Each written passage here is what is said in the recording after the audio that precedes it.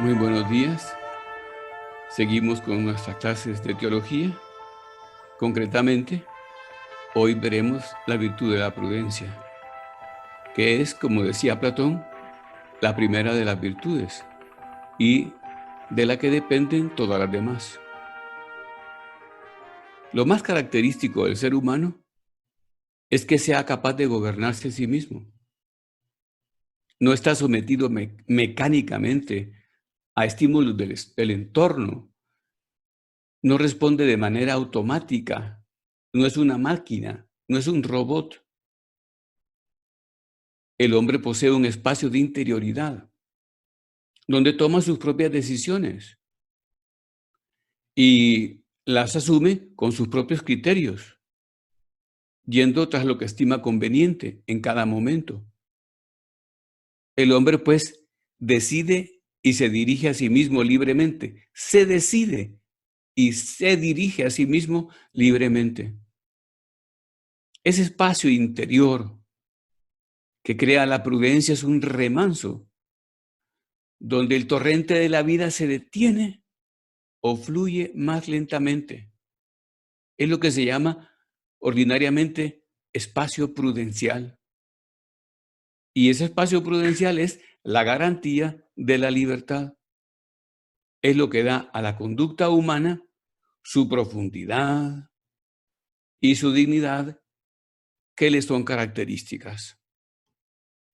Este espacio concede una distancia para acertar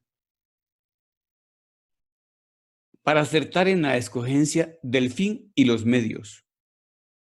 Del fin que debo alcanzar, de la meta que debo proponerme y de los medios que voy a utilizar para alcanzarlo.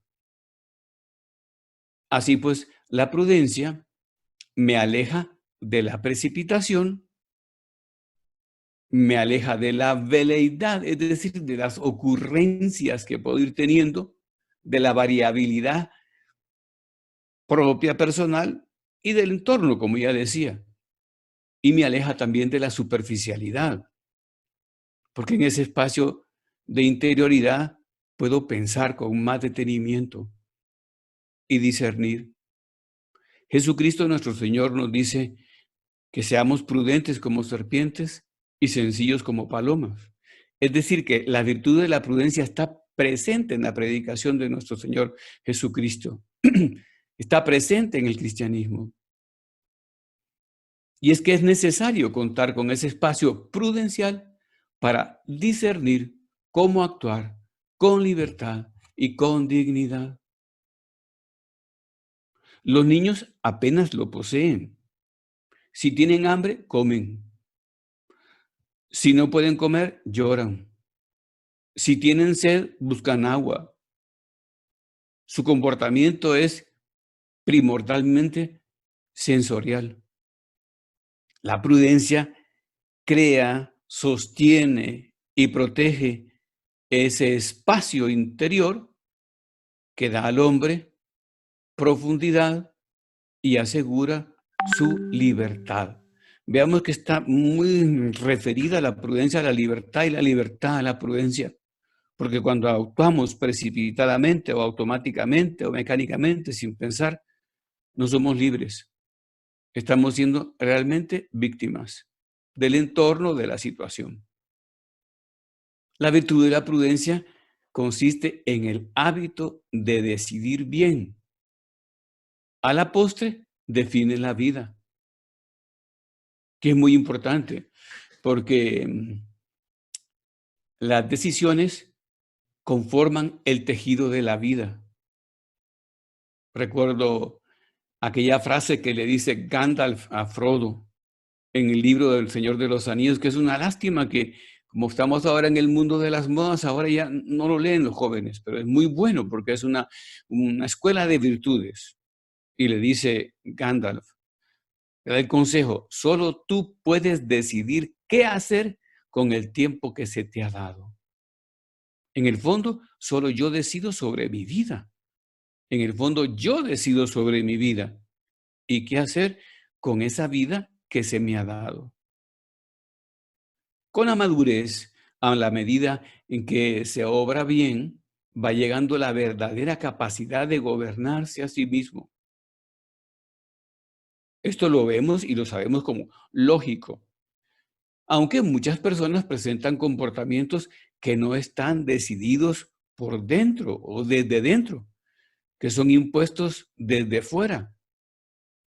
Podría decirse que son como pianolas antiguas que funcionan con una música que no les es propia, sino que les ha sido impuesta. Actúan como adolescentes. La palabra adolescente significa que se poseen muchas carencias en el uso de la inteligencia, en el uso de la voluntad, en el dominio de las pasiones, muchas carencias. Y hay, por tanto, mucha variabilidad. Y no, nosotros necesitamos el espacio interior para sujetarnos, para asegurarnos un buen devenir de la vida. Pero decía que esas personas que actúan como por patrones llevados, traídos de fuera, son aquellas que actúan por esos patrones llevados importados, diríamos, ¿verdad? Sobre cómo pensar y cómo actuar. Las metas que vamos a conseguir, el estilo de vida familiar y sus obligaciones. ¿Qué implica para mí estar casado, no estar casado, tener hijos, no tener hijos, ser trabajador de una empresa, en fin? El modo de divertirse, el modo de vestir. Es todo un vocabulario, un lenguaje, el modo de vestir. En fin, patrones, pero traídos de fuera. Viven al ritmo de convencionalismos estas personas y de caprichos, de modas, del capricho de las modas. Y nunca se preguntan los por qué.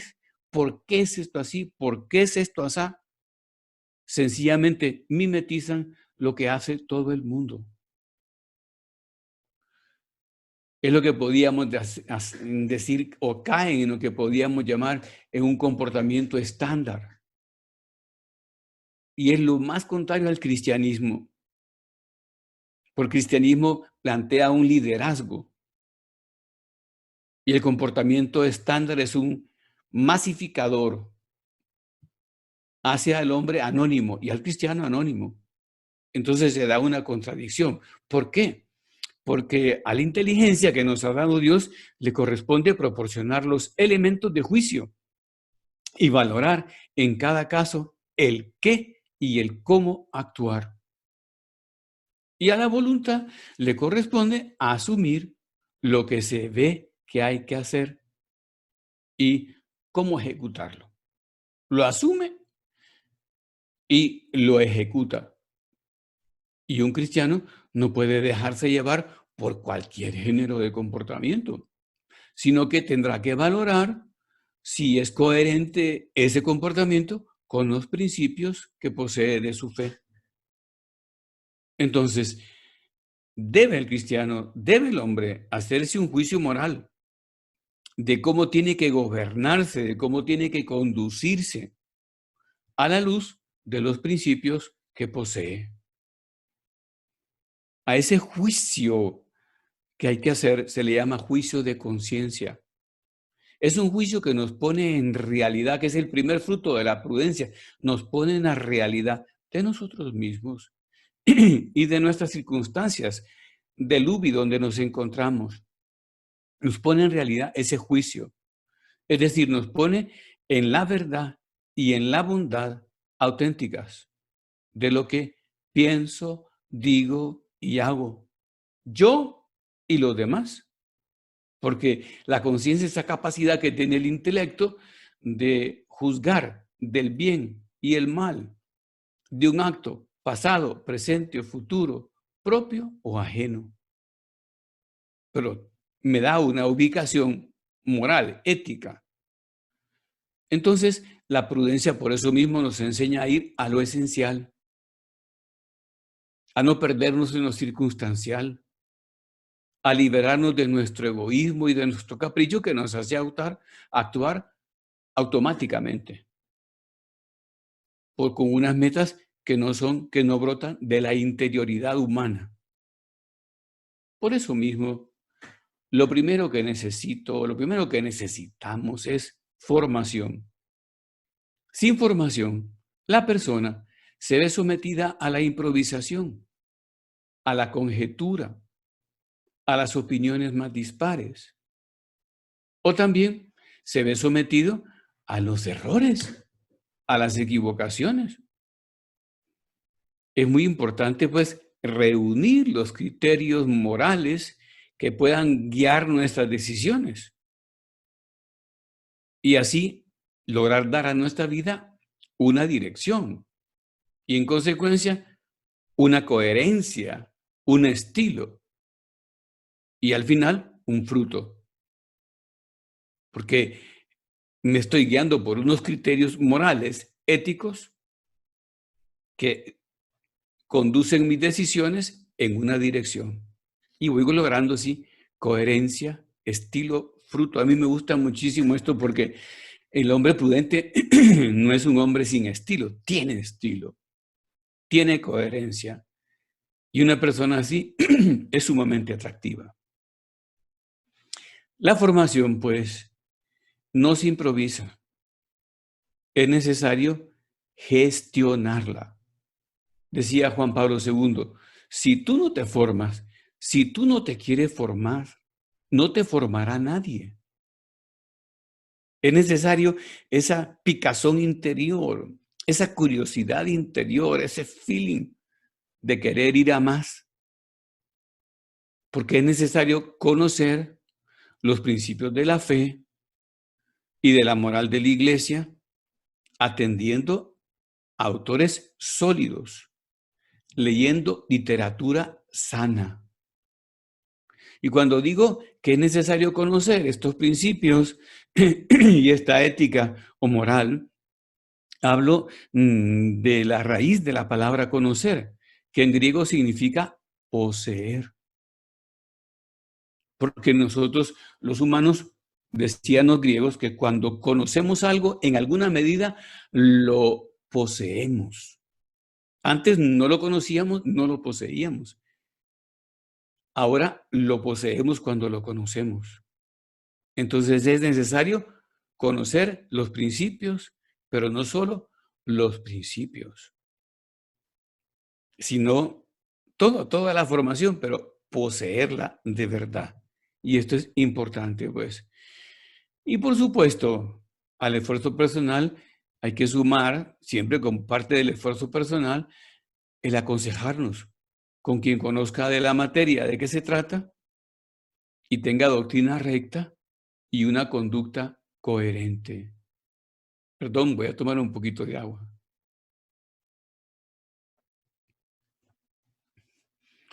Adquiridos estos criterios, hay que hacer el esfuerzo para que influyan efectivamente en las decisiones.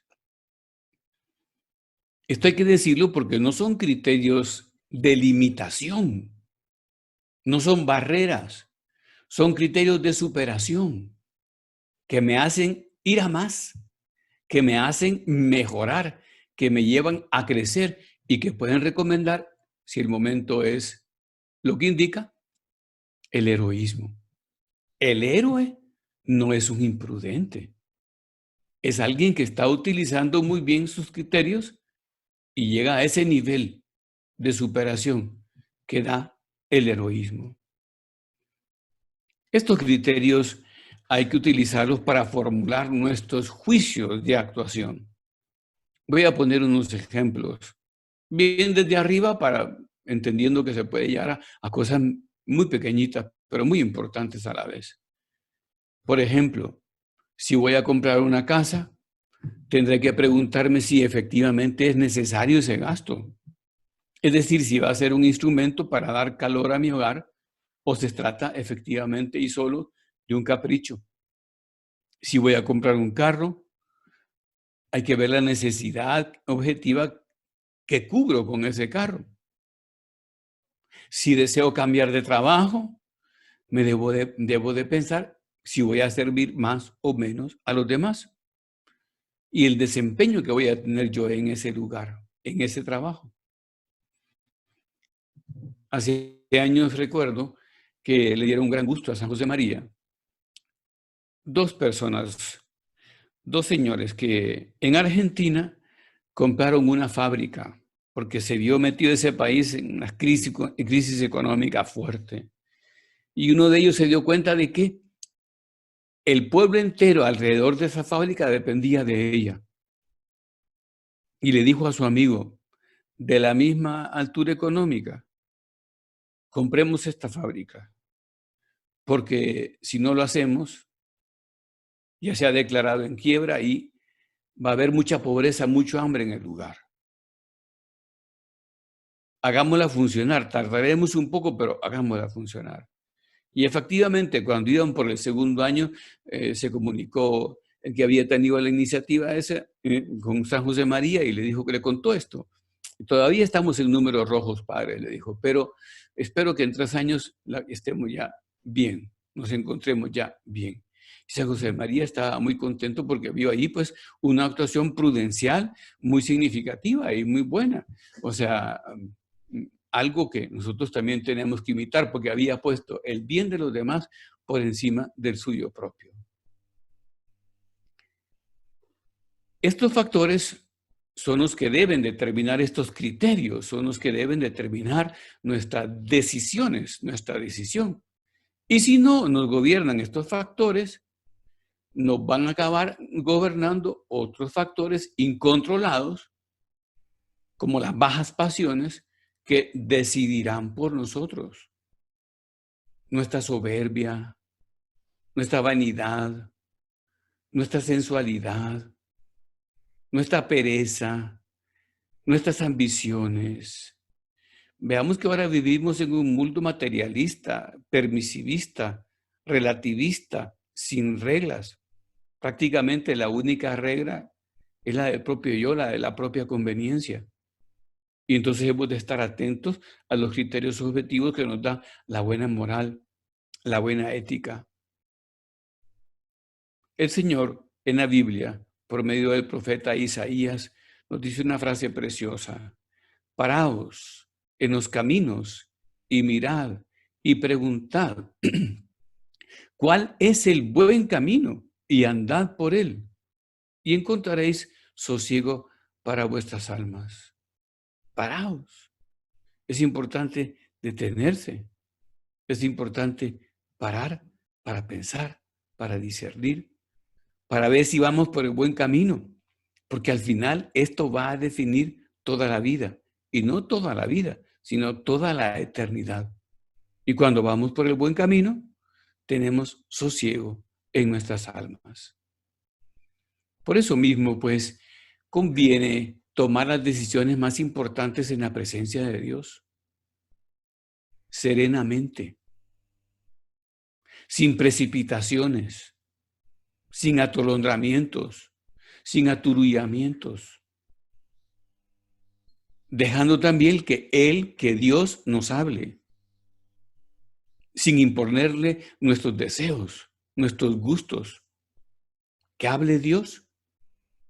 La presencia de Dios consiste en esa apertura de la interioridad del hombre a Dios, poner en manos de Dios el corazón propio, para que Él moldee el corazón, moldee la vida.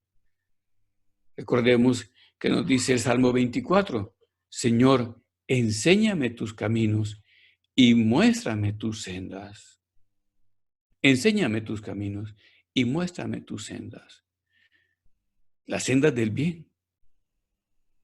Es importante todo esto porque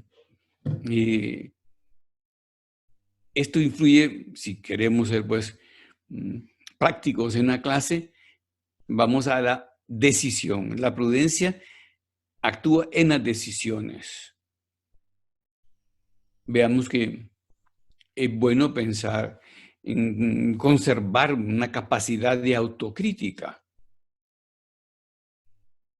El predicador del Vaticano, Rainiero Cantalamessa, contaba una anécdota hace unos días y decía que el pintor James Thornhill pintaba la Catedral de San Pablo en Londres, frescos, y estaba subido en andamios altísimos. Y en un momento quiso ver el conjunto y orientarse porque estaba, pues los pintores están muy pegados a la pared y entonces tienen que retirarse para observar. Y yendo para atrás se puso al borde del precipicio, al borde del abismo. Y uno de los asistentes se dio cuenta y pensó que si le gritaba iba precisamente a conseguir que se viniera abajo. Entonces lo que hizo fue mojar un pincel en pintura y tirarlo contra el fresco. En consecuencia, el pintor vio la mancha, el estrago y dio pasos rápidos hacia la pared, alejándose del abismo.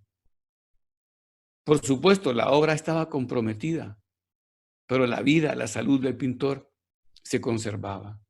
Y esto lo ponía Reinero Canta a la mesa de un ejemplo, hablando de nuestra civilización, de nuestra cultura, esta cultura de la omnipotencia y por lo tanto de la autosuficiencia y en consecuencia de la autojustificación. Autojustificación, ¿qué es lo que importa? Entonces, decía él que Dios no es que tire el pincel contra nuestra cultura, sino que se sirve de eso. Hay que pensar, porque nuestra cultura está comprometida. Hemos visto lo que ha sucedido con el virus, con el coronavirus. Bueno, pues hemos captado la pequeñez, nuestra fragilidad, somos deleznables. Nos tiene sujetos, nos ha metido en las casas como que si estuviéramos en el siglo XII o XIII. Estamos haciendo lo impensable. Nunca creímos encontrarnos en esta situación. Y es un virus, una cosa pequeña. Bueno, pues que nos cuestionemos en los cuadros de nuestra vida, en el paisaje que pintamos de nuestra vida. ¿Está Dios? ¿Tengo una buena dirección? ¿Voy en la línea correcta, en el camino debido? ¿O no? Habrá que pensarlo, ¿verdad? Habrá que decidirlo. La decisión se conforma de 3 momentos distintos. El primero es la deliberación. El segundo es la decisión propiamente dicha, es lo nuclear. Y en tercer lugar, la ejecución. En la deliberación se estudia el caso, las circunstancias y las consecuencias. Se estudian los criterios a aplicar, se sale de la propia ignorancia, se enriquece la sabiduría y en todo caso, además, y esto siempre es muy conveniente, se pide consejo. En la decisión es el acto ya de escoger el modo para actuar. Ya voy hacia afuera, ya voy hacia el acto concreto con la decisión. Escojo el modo como actuar. Y el tercer lugar es la propia ejecución. Ejecutar lo que se ha visto que se debería hacer. Hablemos un poquito de esas tres características o momentos de la decisión. Pero antes, quiero utilizar un consejo de San José María, que nos decía en una ocasión, serenos, aunque solo fuese para poder actuar con inteligencia. Quien conserva la calma está en condiciones de pensar, de estudiar los pros y los contras, de examinar juiciosamente los resultados y las acciones previstas. Y después, sosegadamente, interviene con decisión. Repitámoslo a propósito, serenos, aunque solo fuese para poder actuar con inteligencia. Quien conserva la calma está en condiciones de pensar, de estudiar los pros y los contras, de examinar juiciosamente los resultados de las acciones previstas, o sea, las consecuencias, y después, sosegadamente, intervenir con decisión, la ejecución con decisión. Hablemos del primer momento, que es la deliberación. Este es el momento más delicado, porque todo el resto depende de él. Y hay que huir en la deliberación del atolondramiento. Es muy importante, porque se necesita tener los conocimientos suficientes para resolver los casos de la vida ordinaria, del tema que sea familiar, profesional, social, de justicia, de madurez, etc. Entonces necesito un acopio de conocimientos. Y parte de las obligaciones de Estado es procurar mejorar esa información, porque sería una negligencia culpable tomar una mala decisión por falta de conocimiento. Sería irse por la línea de la improvisación, precipitación, atolondramiento, aturullamiento, como se le quiera decir. Entonces, es importante pedir consejo. En la deliberación, el tercer paso, decía, es el consejo, pedir consejo. Cuando está muy comprometido el propio yo, aún más, porque entonces es más fácil engañarse. Así sucede en cuestiones como en temas de vocación, en temas de noviazgo y matrimonio. Hay que saberse aconsejar y abrirse a los consejos.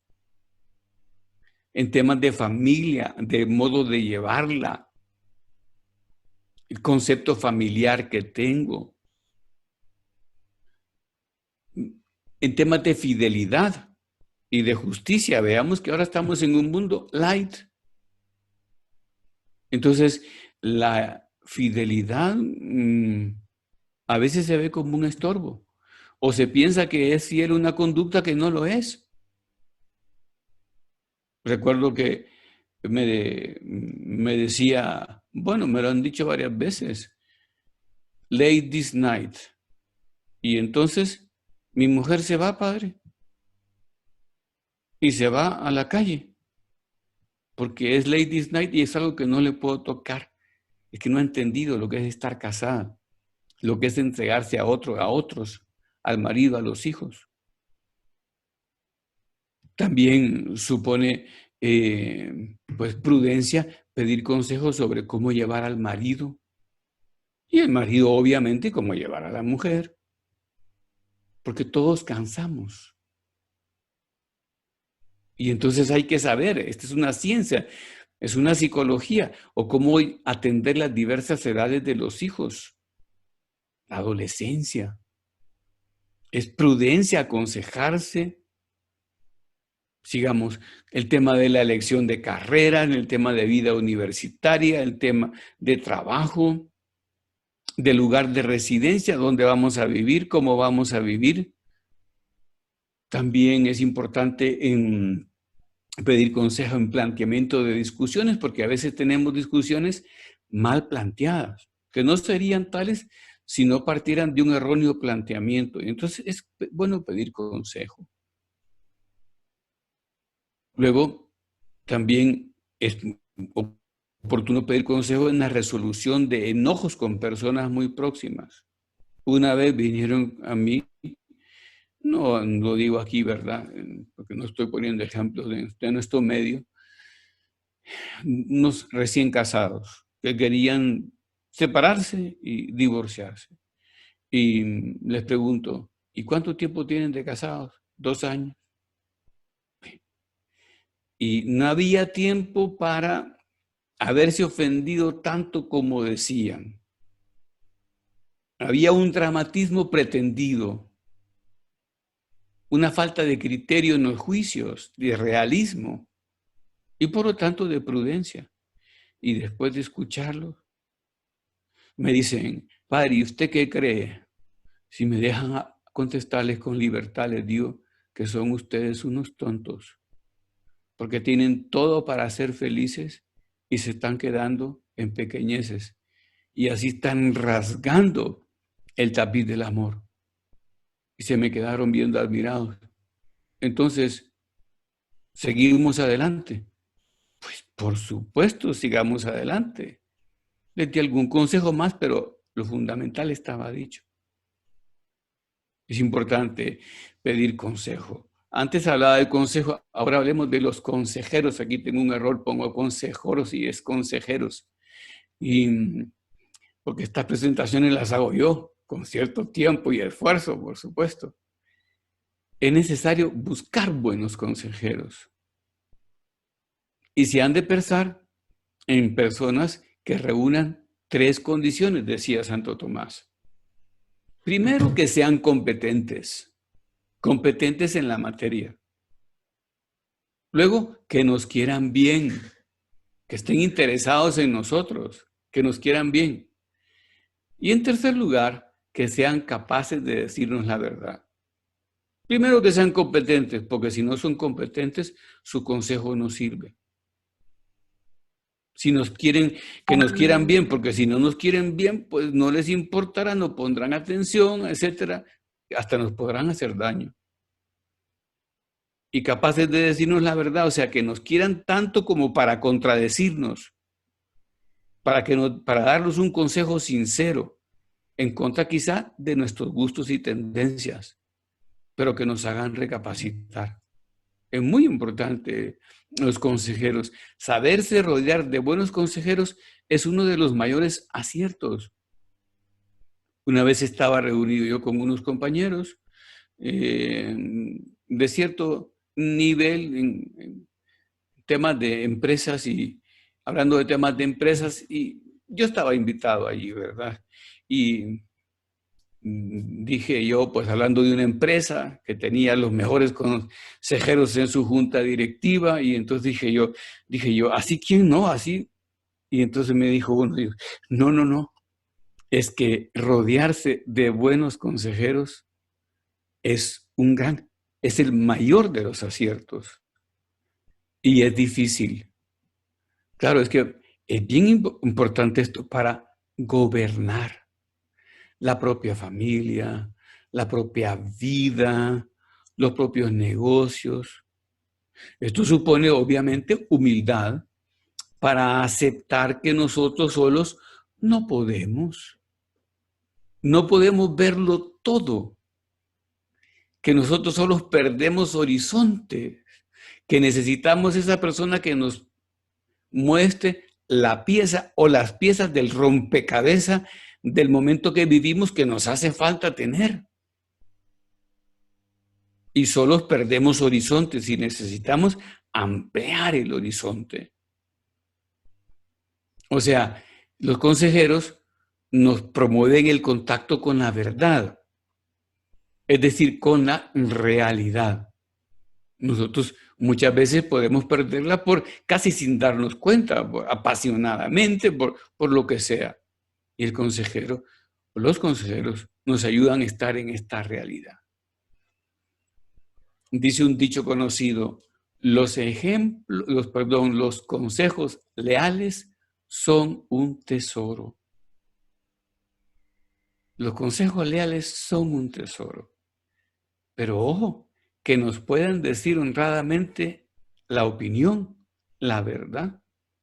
Que nos dejemos, ya decía, hay que ser humildes para dejarnos aconsejar, para dejarnos amar, para dejarnos querer, para dejarnos poner en la verdad. Sabiendo que la decisión siempre será nuestra, será una responsabilidad nuestra. No podemos huir de la responsabilidad y de los compromisos echando culpas a los consejeros, no. Nosotros nos servimos de sus conocimientos en la medida que son útiles para llegar al bien.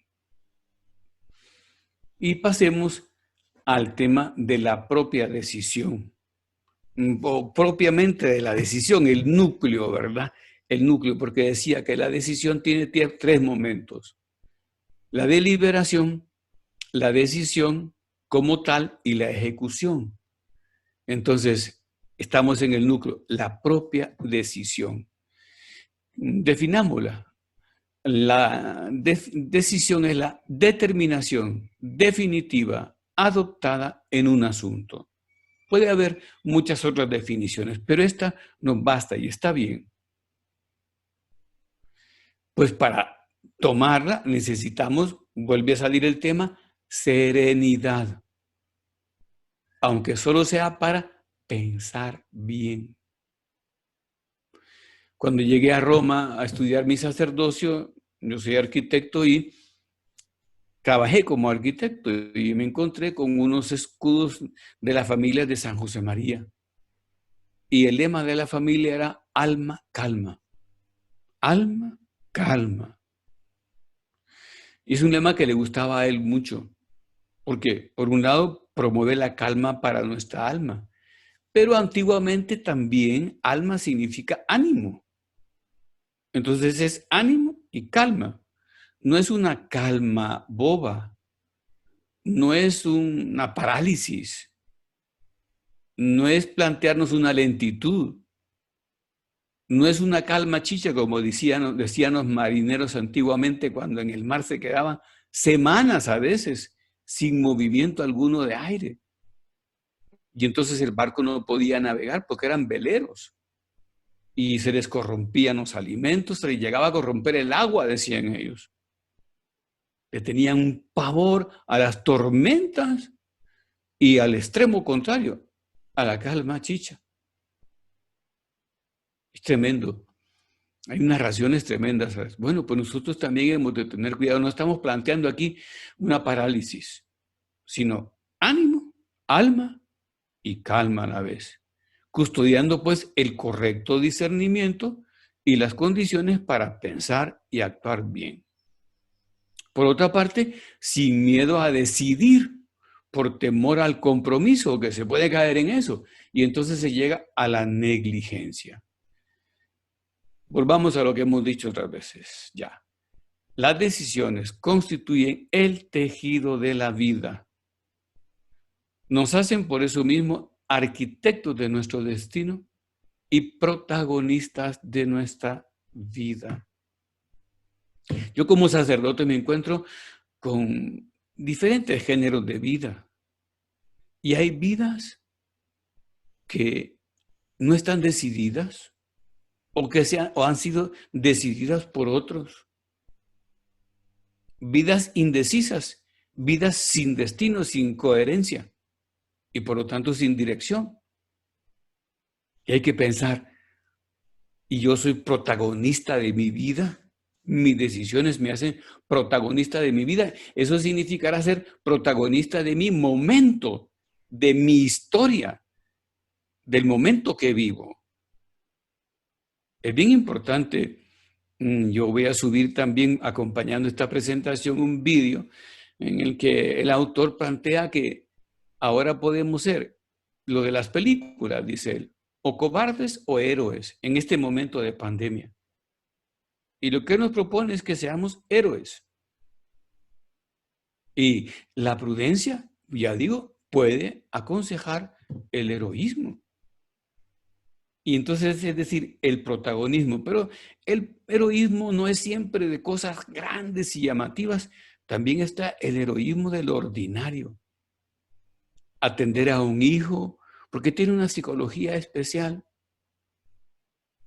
Atender a un hijo, porque tiene una salud débil. Atender al marido, en el caso de la mujer, cuando llega cansado o está preocupado por problemas económicos del momento, empresariales o laborales. Hay que ponerle alma y corazón, cabeza y corazón. Y entonces las decisiones van haciendo un tejido fuerte de vida.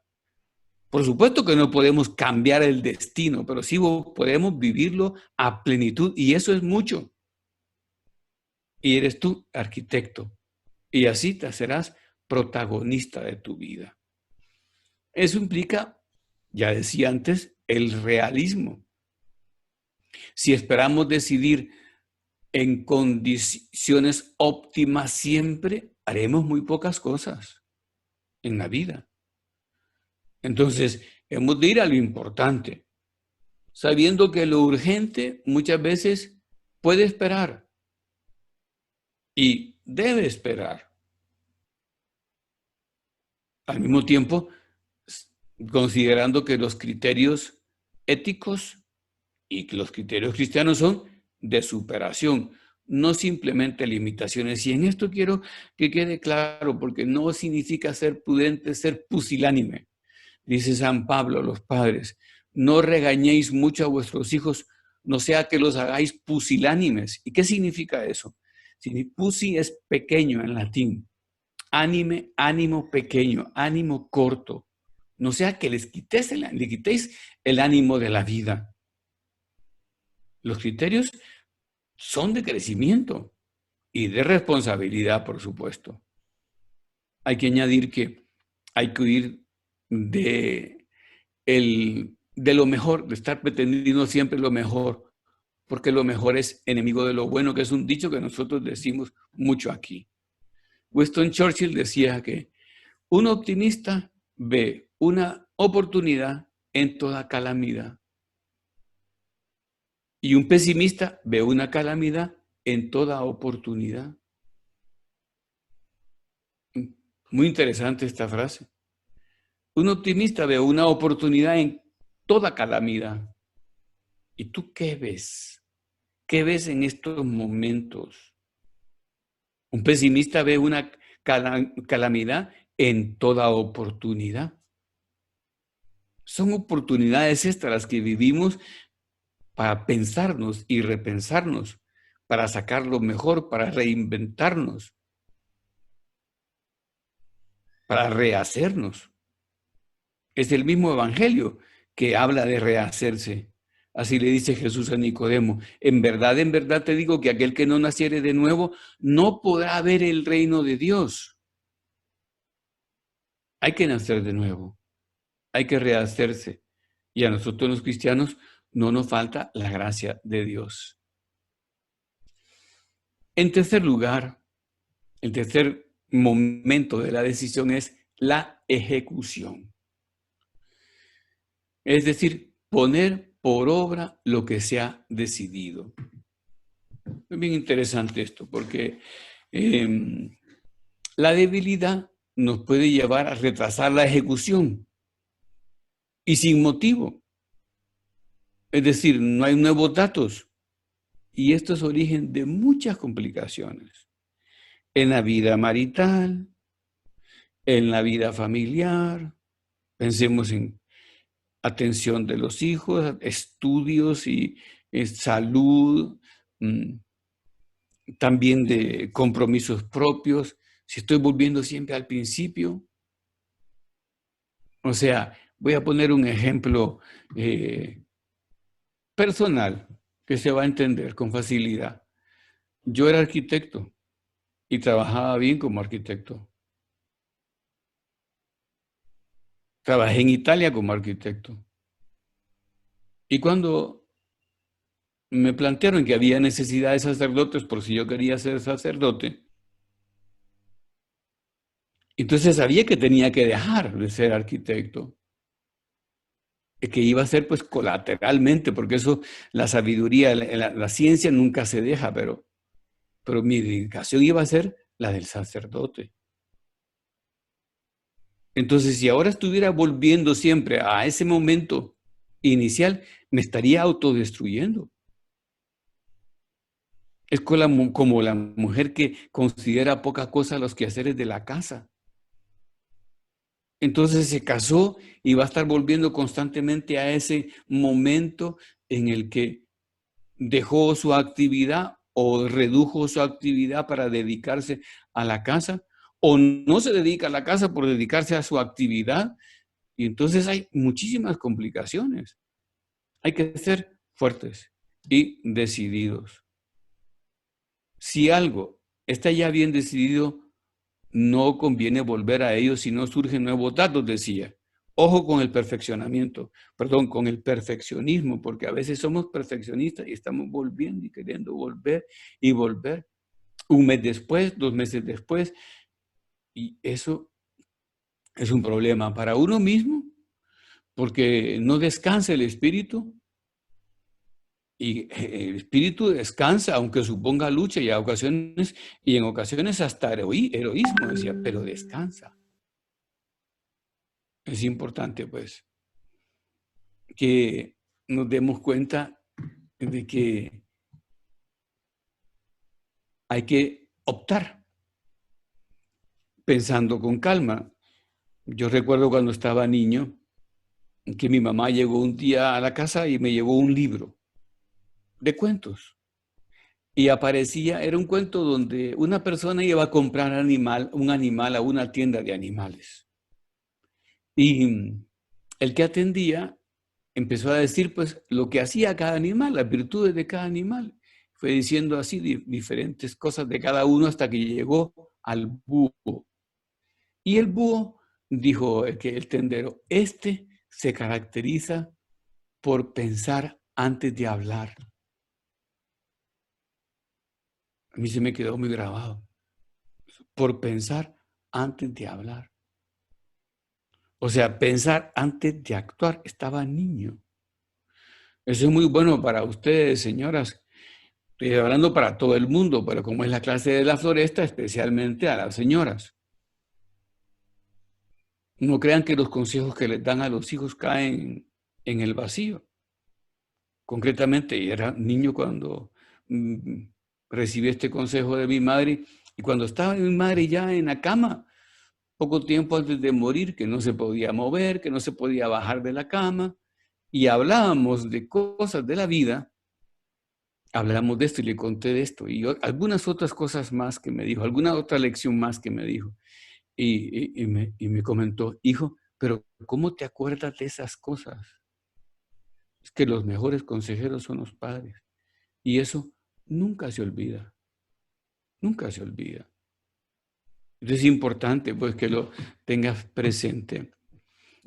Y por último, el último párrafo de esta slide es que el éxito, decía Winston Churchill, es la capacidad de ir de fracaso en fracaso sin perder el entusiasmo.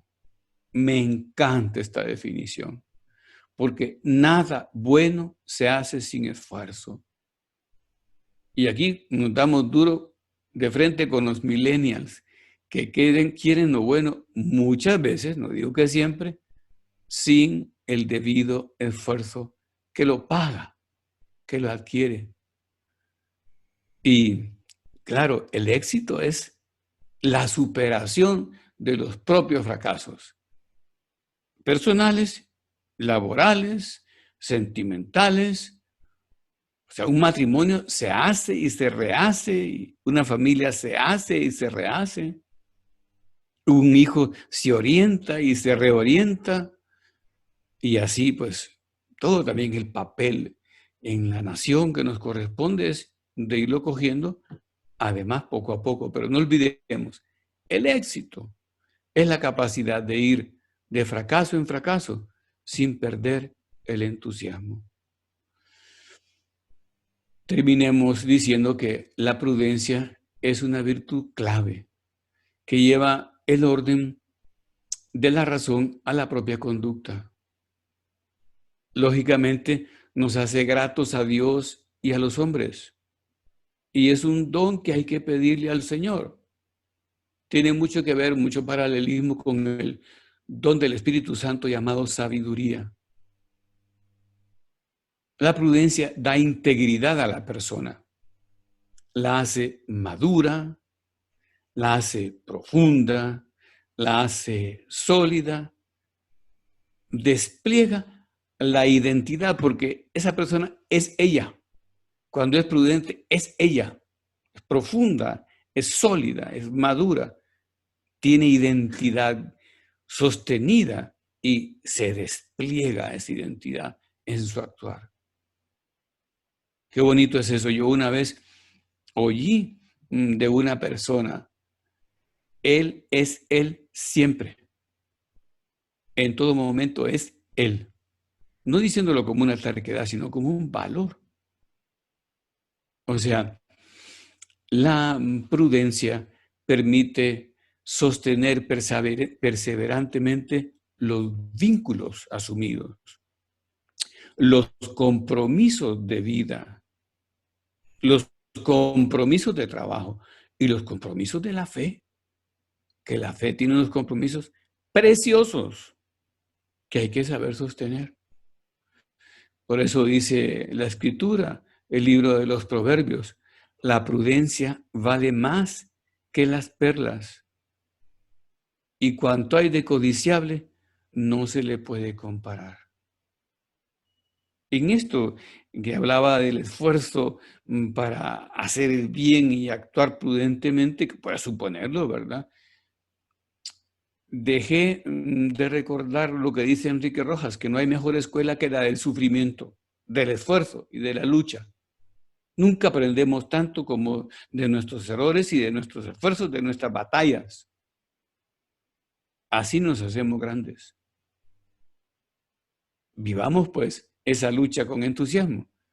Y terminemos diciendo de nuevo la frase de los Proverbios, capítulo 8, versículo 11. La prudencia vale más que las perlas, y cuanto hay de codiciable, no se le puede comparar. Terminamos pues nuestra clase. Ha sido un gusto dárselas y espero que nos reencontremos la próxima semana. Muy buenas tardes.